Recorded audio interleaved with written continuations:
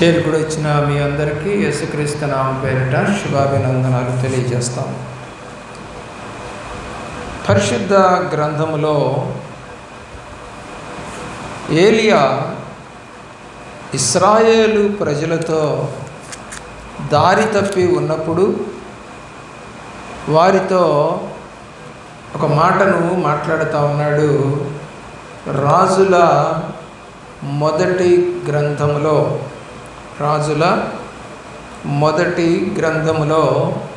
18వ అధ్యాయము 21వ వచనములో, మీరు ఎన్నాళ్ళ మట్టుకు 2 తలంపులతో తడబడుతుంటారు అని అడుగుతున్నాడు. చదవండి.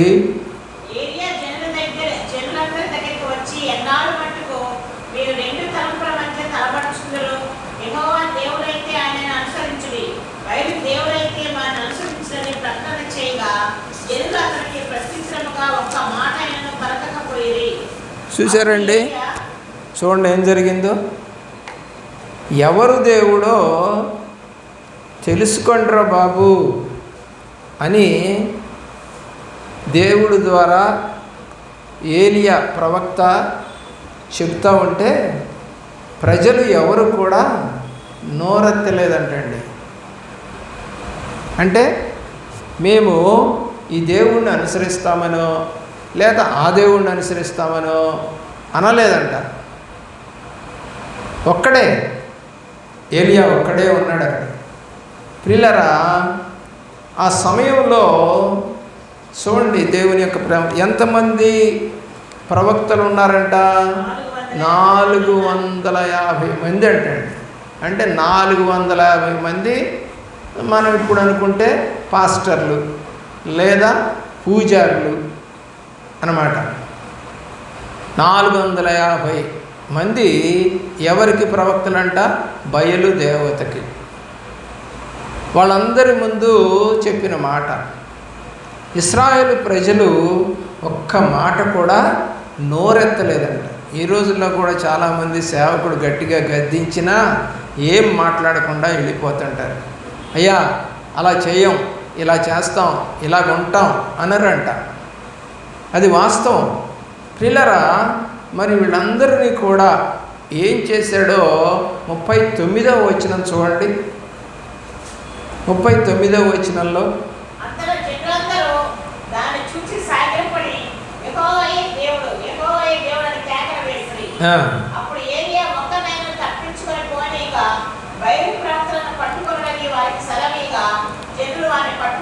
ఎవరు చెప్పండి? 450 మందిని కాక మిగతా జనులు ఇందాక ఏం చేశారండి? ఈ జనులే ఒక్క మాట కూడా మాట్లాడలేదు. మరి ఇప్పుడేం చేస్తున్నారు ఆ జనులు? ఆ 450 మంది ప్రవక్తలను, బయలు ప్రవక్తలను ఒక్కరినైనా కూడా విడిచిపెట్టకుండా ఏమండి చంపింది ఎవరు? ఏలియానా? కాదు, జనులే. ఎప్పుడు వాళ్ళు విశ్వసించారు చెప్పండి? ప్రియులారా, దేవుని యొక్క అద్భుతాన్ని చూసిన తర్వాత నీ కుటుంబంలో ఎన్ని అద్భుతాలు జరిగాయో నాకు తెలియదు. 22వ వచనంలో 450 మంది ప్రవక్తలను రాశాడు. ప్రియులారా, 40వ వచనంలో వారిని వధించారు అని రాశాడు. వధించడం అంటే తెలుసా మీకు? నరికేసేయటం. వధించటం అంటే నరకటం అన్నమాట. చంపటం అంటే ఏదో కత్తులతో వాటితో పొడిచి చంపటం వేరు, వధ చేయటం వేరు. వధ అనేది సామాన్యంగా వాడం మనం. వధ ఎప్పుడు జరుగుతుంది అంటే ఏదైనా బలి ఇచ్చేటప్పుడు వధ జరుగుతుంది. ఏలియా కాదు ప్రియులారా, ప్రజలే ఆ యొక్క వ్యక్తుల్ని చంపేశారు. దేవుడి యొక్క వాక్యం కనుక మనం వింటే 119వ సంకీర్తన 113వ వచనం, 119వ సంకీర్తన 113వ చరణం, ద్విమనస్కులను నేను ద్వేషిస్తున్నాను అన్నాడు. ఏమన్నాడండి? ద్విమనస్కులను నేను ద్వేషిస్తున్నాను. తిమోతికి రాసిన మొదటి పత్రిక 3వ అధ్యాయం 8వ వచనంలో కూడా ఇదే మాట మనకి కనపడతా ఉంది. చూడండి, తిమోతికి రాసిన మొదటి పత్రిక 3వ అధ్యాయము 8. ద్విమనస్కులను నేను ద్వేషిస్తున్నాను. యాకోబు పత్రిక 1వ అధ్యాయము 7వ వచనంలో కూడా ఈ మాట మీకు కనపడతా ఉంది. యాకోబు పత్రిక 1:7.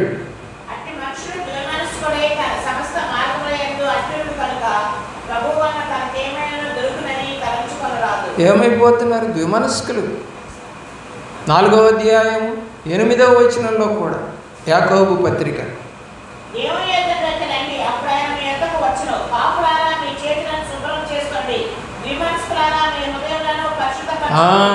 ద్విమనస్కులారా, సబ్జెక్టు మంది ద్విమనస్కులండి. కాబట్టి వాక్యాన్ని అంతా చదవద్దు, ఏదుందో అది చదివితే సరిపోతుంది. కొంతవరకే చదవండి, మొత్తం చదువుకుంటూ పోతే టైం ఎక్కువ అవుతుంది. కాబట్టి ద్విమనస్కులారా, మీ మార్గములను సరిచేసుకోండి. ఈ రోజున క్రైస్తవులు ద్విమనస్కులతోనే ఉన్నారు. యెషయా గ్రంథము 55వ అధ్యాయము 8-9 వచనాలు. మీ తలంపులు నా తలంపుల వంటివి కావు.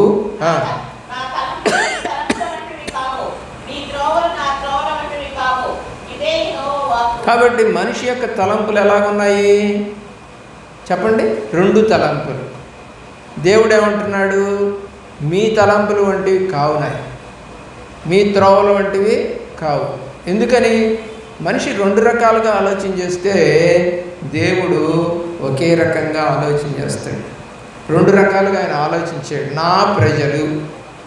నా ప్రజలు దీవించబడాలి, ఆశీర్వదించబడాలి, మేలులు చూడాలి, ఇదే అనుకుంటాడు ఆయన. తల్లిదండ్రులు ఏమనుకుంటారు పిల్లల గురించి?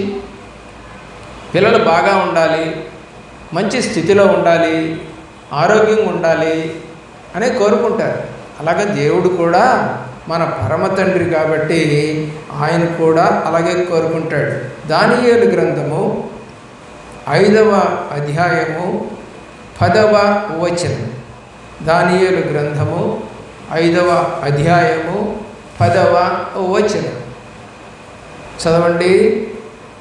5వ అధ్యాయము 10వ వచనం.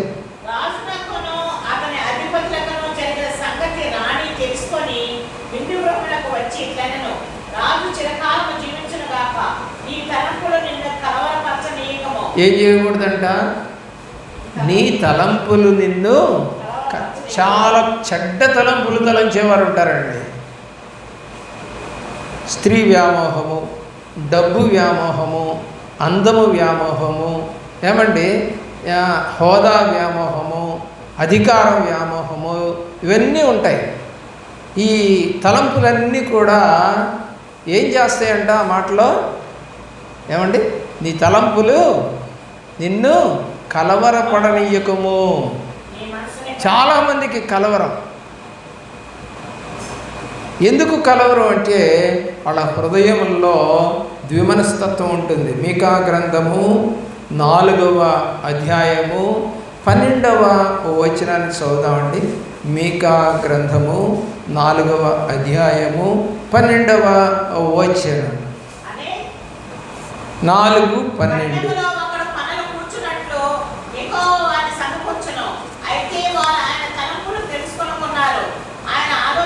ఏం తెలుసుకోకున్నారంట? దేవుడి యొక్క తలంపులు తెలుసుకోలేకపోతున్నారు. ఈరోజు చాలామంది దేవుడు నా గురించి ఏం తలుస్తున్నాడు పిల్లరా, ఏని మనం గనక అడిగితే దేవుడు ఉన్నాడా అని గనక మీరు అడిగితే అది ఇచ్చే సమాధానం ఏంటో తెలుసా? అది నిన్ను బట్టే ఉంటుంది అని అన్నాడు. అదేంటి? అవును, మనిషిని బట్టే దేవుడు ఉన్నాడా లేదా నిర్ణయించుకుంటాడు. కొంతమంది ఉన్నాడంటారు, కొంతమంది లేడు. చైనా వాళ్ళు ఉన్నారు, రష్యా వాళ్ళు ఉన్నారు, కమ్యూనిస్టిక్ కంట్రీస్ ఉన్నాయి. వాళ్ళందరూ ఏమంటారు? దేవుడు లేడు. నాస్తికులు, ఆస్తికులు. ప్రియులరా, కొందరేమో ఉన్నారని, కొందరేమో లేరని. మరి వాళ్ళు బతుకుతున్నారు, వీళ్ళు బ్రతుకుతున్నారు. సర్వజనములు నా చేత సృజించబడ్డాయని దేవుడు చెబుతున్నాడు. మరి ఇప్పుడు చైనా వాళ్ళని ఎవరు సృజించారు? రష్యా వాళ్ళని ఎవరు సృజించారు? నార్త్ కొరియా వాళ్ళని ఎవరు సృజించారు అనేది కనుక మనం ఆలోచన చేస్తే అందరూ దేవుని బిడ్డలే. అందరూ ఈ భూమి మీద ఉన్న వాళ్ళంతా కూడా ఆయన ద్వారానే కలిగారు అనేది బైబిల్ సత్యం. కానీ ఎందుకు వారు రెండు తలంపులతో ఉన్నారు? ఎందుకు గొడవలు రేపుకుంటున్నారు? మత్తయి సువార్త 9వ అధ్యాయము 4వ వచనం. మత్తయి సువార్త 9వ అధ్యాయము 4వ వచనం. యేసు వారి తలంపులను గ్రహించి ఏంటంట? దురాలోచనలు అంట. వాళ్ళ తలంపులు ఎలాగున్నాయి? దురాలోచన చేసే తలంపులా. మీరెందుకు చదవండి, మీరెందుకు దురాలోచనలు కలిగి ఉన్నారు? చాలామంది దురాలోచనలు కలిగి ఉంటారండి. ఎందుకంటే దేవుడి వైపు చూడటానికి మనసు రాదు. కాబట్టి గత కొన్ని సంవత్సరాలు ఏంటండి, చాలా సంవత్సరాలు అవుతా ఉంది, క్రైస్తవులు రెండు తలంపులు కలిగి ఉన్నారు. అదేంటండి అంటారేమో. రెండు తలంపులు అంటే ఒకరేమో లెంట్ డేస్ చెయ్యొచ్చు, ఇంకొక గుప్పేమో చేయకూడదు. ఇప్పుడు ఏం తలంపులు ఇవి? క్రైస్తవులేగా వీళ్ళంతా. ఇందాక కూడా రాజుల గ్రంథంలో వాళ్ళంతా ఇశ్రాయేలేగా. కాబట్టి వాళ్ళు ఏ తలంపులతో ఉన్నారని చెప్పాడు ఏలియా? రెండు తలంపులు అన్నాడు. మరి ఇప్పుడు ఏ నిజ క్రైస్తవుడు ఎవరైనా సరే క్రైస్తవులు రెండు తలంపులు కలిగి ఉన్నారని చెప్పలేడా? సింపుల్గా చెబుతాడు. ఏమండి వాళ్ళేంటి 40 రోజులు ప్రార్థన చేసుకుంటున్నారు, మన సంఘంలా ఉండవా అని అడుగుతాడు. అమ్మ మనం ఆ క్రైస్తవులం కాదులే అంటాడు ఈ పాస్టర్. వాళ్ళని అడిగారనుకో, వాళ్ళు మన క్రైస్తవులు కాదులే అంటాడు ఆయన. కాబట్టి సాతానుడు ఇక్కడే విభజించేసింది. ఎందుకని? ఒకళ్ళేమో ప్రార్థన చేయొచ్చు, ఒకళ్ళేమో ప్రార్థన అవసరం లేదు. వాడికి కావాల్సింది కూడా అదే. వాళ్ళిద్దరి మధ్య విభేదాలు కలగజేయటం కూడా వాడి ఉద్దేశం. అంటే క్రైస్తవులు కలిసి ఉండటం వాడికి ఇష్టం లేదు. ఏ తలంపులు ఇవి? రెండు తలంపులు ఉన్నాయి. రెండు తలంపులు. కాబట్టి ఒక గ్రూప్ ఏమో చేసే తలంపు, ఒక గ్రూప్ ఏమో వద్దు అనే తలంపు. ప్రియులారా, కొందరు దేవుని యొక్క ప్రేమలో మనం గనక గమనిస్తే మరి బంధువులతో, స్నేహితులతో, ఇరుగు పొరుగు వారితో సంబంధాలు కలిగి ఉంటాయి. ఆ సంబంధాలు కలిగి ఉన్నప్పుడు మనుషులు ఏం చేస్తారంటే, వాళ్ళు ఏదో రమ్మన్నారండి అందుకని వెళ్ళాను ప్రార్థనకి అంటారు. మరి నువ్వు 40 రోజులు చేస్తావా అని అడిగితే, ఏదో వాళ్ళు అడిగారని ఒక రోజు వెళ్ళానండి, 2 రోజులు వెళ్ళానండి అంటారు. అంటే నీ తలంపును నువ్వు మార్చుకున్నావు కదా. ఆలోచించేయండి. మనుషుల ద్వారా తలంపులను మార్చుకునేటువంటి మనుషులు దేవునికి ఇష్టం కాకనే ఏమన్నాడు? 9వ అధ్యాయం 4వ వచనంలో మత్తయి సువార్తలో, మీ తలంపులు నేను ఎరుగుదును అన్నాడు. యెషయా గ్రంథంలో కూడా అదే అన్నాడు. మీ తలంపులు నా తలంపులు వంటివి కాదు. 2 తిమోతి గ్రంథము 3వ అధ్యాయము చదవద్దులండి, 1 నుంచి 7 వచనాల వరకు. 6, 7 చదవండి వీలైతే. 2 తిమోతి 3వ అధ్యాయము. మనుషుల యొక్క స్వభావాలన్నీ కూడా దేవుడు రాసేసాడు. ఏంటంట? నానా విధములైన దురాశల చేత నడిపింపబడి ఎల్లప్పుడూ నేర్చుకుంటారు. ఏమి లేదంట? సత్య విషయమైన అనుభవ జ్ఞానం లేదట.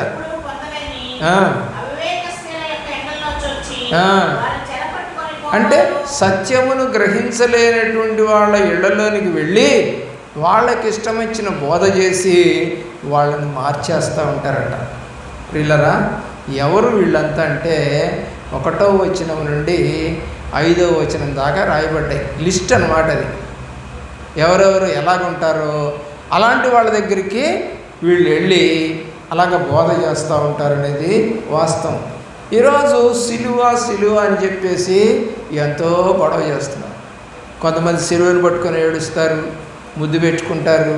పిల్లరా, మరి 40 రోజుల తర్వాత ఏమవుతుంది సిలువ తెలియదు. మరి సమాధుల్లో కూడా సిలువలు ఉంటాయి, ఇళ్ల మీద సిలువలు ఉంటాయి, మెళ్ళలో సిలువలు ఉంటాయి. మరి అలాగే చర్చెస్లో సిలువలు ఉంటాయి, ఉంగరాల మీద సిలువలు ఉంటాయి, కీచైన్లలో సిలువలు ఉంటాయి, కార్ల మీద బండ్ల మీద సిలువలు ఉంటాయి. వాటిని ముద్దు పెట్టుకోవే రోజు, అవి కూడా సిలువలేగా. ఈరోజు మాత్రమే గుర్తొచ్చినాయా నీకు సిలువ సిలువ అని? ఈ 40 రోజులు చేస్తే సరిపోతుందా? పాతకాలంలో చనిపోతే 40 దినాలు సంతాప దినాలు పెట్టారు పూర్వకాలం, అంటే పాత నిబంధనలో.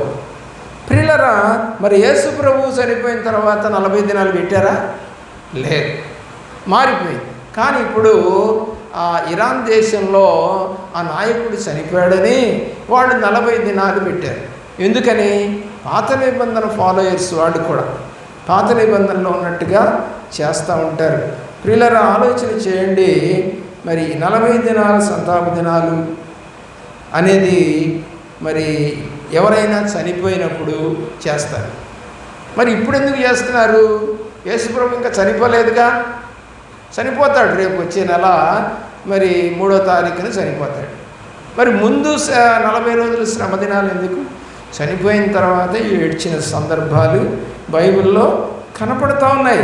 ఈ దినాలలో ఎలాంటి మార్గాలు ఆలోచన చేస్తున్నామంటే, ఒకవేళ ఎవరిదైనా చనిపోతే సంతాప దినం పెట్టారు అనుకుందాం. పిల్లరా, ఆ పెట్టిన దగ్గరికి అది 1 గంట 2 గంటలు 3 గంటలో, ఎందుకంటే వారి గురించి కొన్ని సాక్ష్యాలు చెప్తారు, అతను చేసిన మంచి గురించి మాట్లాడతారు. మరి టైం పడుతుంది, వాక్యం చెబుతారు, మరి తర్వాత భోజనాలు ఉంటాయి. మరి ఇప్పుడు చాలామంది ఆ సంతాప సభలకు వెళ్ళి కూడా అవన్నీ వింటున్నారా? వింటల్లా. భోజనానికి ఏంటంట, పలావైనా పెట్టేది, ఏ మాంసం అంట అని అడుగుతున్నారు. మరి ఆ 2-3 గంటలు జరుగుతున్నటువంటి ఆ సంతాప సభలో ఎలా కూర్చుంటున్నారండి? నిజంగా కూర్చుంటున్నారా? 1 గంటన కూర్చుంటున్నారా?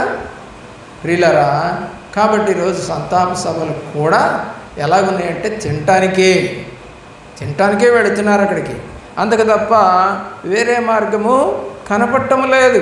కాబట్టి దేవుడు అంటున్నాడు, దేవుని యొక్క ప్రేమలో మనం జ్ఞాపకం చేసుకోవాల్సింది కోరుతున్న మత్తయి సువార్త 6వ అధ్యాయము 25వ వచనం. 6వ అధ్యాయము 25వ వచనం.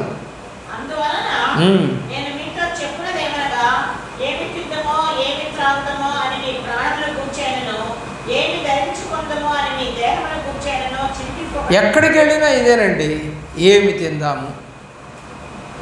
హోటల్కి వెళితే అదే, దినానికి వెళితే అదే, పెళ్ళికి వెళ్తే అదే. నాకు ఒక ఫ్రెండ్ ఉండేవాడు, వాడు ఒక రోజున అరే పెళ్ళికి వెళదాము అని అన్నాడు. అరే నాకు తెలియదు కదరా అంటే, నేనున్నానుగా అన్నాడు. నేను మా వాళ్ళే కదా, నువ్వు వస్తే ఏమన్నా అంటారా ఏంటి, నా ఫ్రెండ్ అని చెప్తా నేను అన్నాడు. సరే అని వెళ్ళాం. వెళ్ళిన తర్వాత పెళ్ళిలో వాడు ఎంక్వైరీ చేస్తామన్నాడు, ఏంటి భోజనాలు అని. సరే వాళ్ళు అన్నారు, ఏమంటే వెజిటేరియనేనండి అని చెప్పారు. సరే ఒక అరగంట సేపు ఏమో కూర్చున్నాం. మేము కూర్చున్న తర్వాత అరే ఇంకో చోటికి పోదాంపా అన్నాడు. అదేంట్రా, ఈ పెళ్ళి మీ చుట్టాలదో ఎవరిదో అన్నావుగా, మరి ఇంకొక అది కూడా మా చుట్టాలదేరా అన్నాడు. ఓహో సరేలే, మరి నాకెందుకు తెలియదుగా ఎవరు కూడా అని నేను మరలా బండెక్కి ఇంకొక పెళ్ళి అదే ఊరిలో ఇంకొక ప్రాంతంలో వెళ్ళాం. ప్రియులరా, వెళ్ళి అక్కడ ఎంక్వైరీ చేసి అన్నాడు, రే ఇక్కడ ఉందా అన్నాడు. ఏ అన్న, ఇక్కడ పలావు, అక్కడ వెజిటేరియన్, ఇక్కడ ఏమి తిందుమా, ఏమి తాగుదుమా, ఏమి కట్టుకుందాం. ఇదంతా ఎవరు ఆలోచన చేస్తారు? 31వ వచనం చదవండి. 31వ వచనం 6వ అధ్యాయంలోనే 31వ వచనం.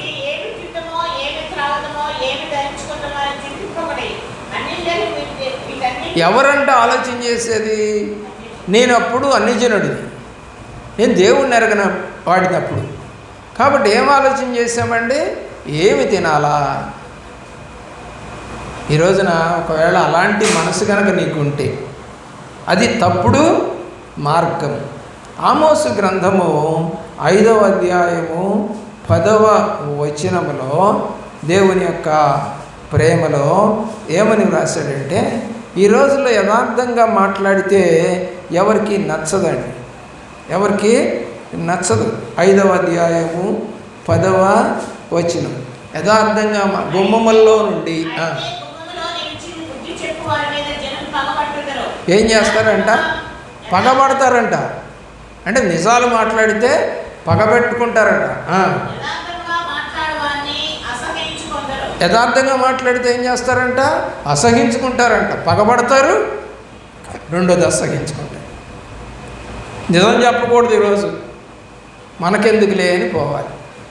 వాయిస్ లేకపోతే మనకి ఏది స్వాతంత్రం కూడా వచ్చేది కాదు.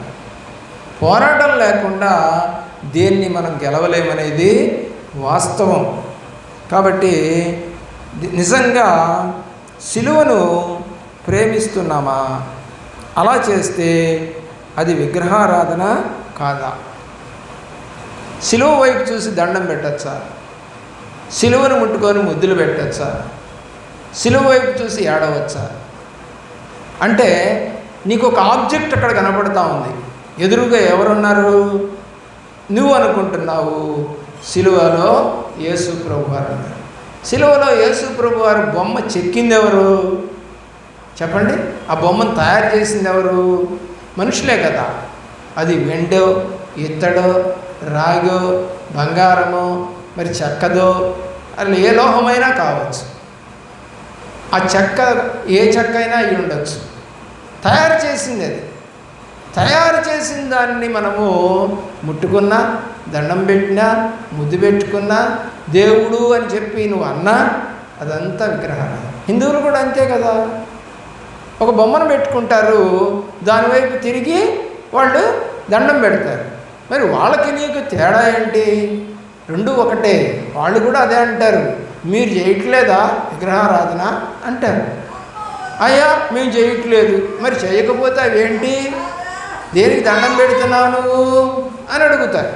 ప్రియులరా, మనము సిగ్గుమాలిన వారిగా ఉండిపోతాం, తలకాయలు ఉంచుకోవాల్సిన పరిస్థితి వస్తుంది. మిమ్మల్ని బట్టే కదా నా నామము అవమానపరచబడతా ఉందని రోమాపత్రికలో ప్రభువారు మాట్లాడుతూ వచ్చారు పౌలు ద్వారా. యథార్థతకి స్థానం లేదు. మరి ఈ రోజున మరి ఇలాగ నిజంగా సిలువను ప్రేమిస్తున్నటువంటి వారునా? కాదు. మరి సిలువను ప్రేమిస్తూ ఈ మధ్య ఎవరో ఒక సంబంధం గురించి నన్ను అడిగి అంటున్నారు, మీరు ఫలానా కదా అన్నారు. ఇది ఇంకొక వ్యక్తి గురించి. అవునండి అన్నాం. ఓహో, మీరు మా డినామినేషన్ కాదుగా ఒకటి. రెండోది, మీరు మా కులం కాదుగా రెండు. మూడోది, మా అమ్మాయి మంచి రంగు, మరి మీ అబ్బాయి అంత రంగు లేడుగా. మా అమ్మాయికి ₹1,00,000 జీతం, మీ అబ్బాయికి అంత లేదుగా. ఇవన్నీ అడుగుతున్నారే తప్ప బాప్తిజం తీసుకున్నారా? మీ సర్టిఫికెట్లో మరి ఏ కులం అని రాశారు? ఎస్సీ అని రాశారా, బీసీసీ అని రాశారా అని అడిగితే తోక ముడిచారు. పైకి మాత్రమే క్రైస్తవత్వం కనపడుతూ ఉంది. యథార్థంగా లోపలికి వెళితే ఆ యొక్క యథార్థత అంతా కూడా పోయినట్టుగా మనకు కనపడుతుంది. నిజంగా సిలువ శక్తిని ఆశ్రయించని వారుగా ఉన్నారు. 1 కొరింథీ పత్రిక 1వ అధ్యాయము 18వ వచనములో, కొలసీలకు రాసిన పత్రిక 2వ అధ్యాయము 14, 15, అలాగే 1వ అధ్యాయం 20వ వచనం, ఎఫ్సీ పత్రిక 2వ అధ్యాయం 16, 1 కొరింథీ పత్రిక 11వ అధ్యాయం 31, 32. మరి సరి చేసుకోవాలా? ఈ వాక్యాలను బట్టి సరిపెట్టుకోవాలి.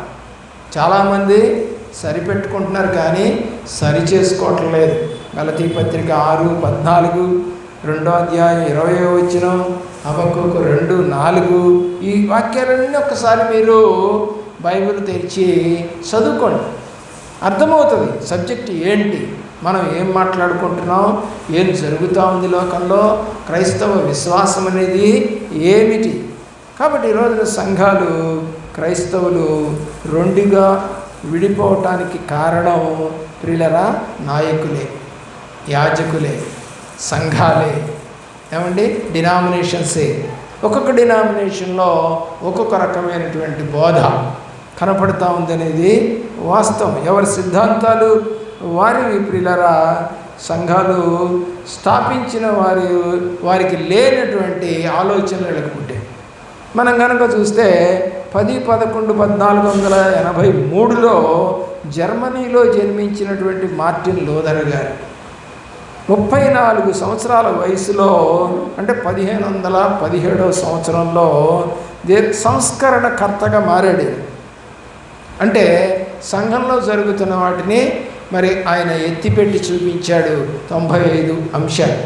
ప్రియులరా 18/2/1546లో ఆయన చనిపోయారు.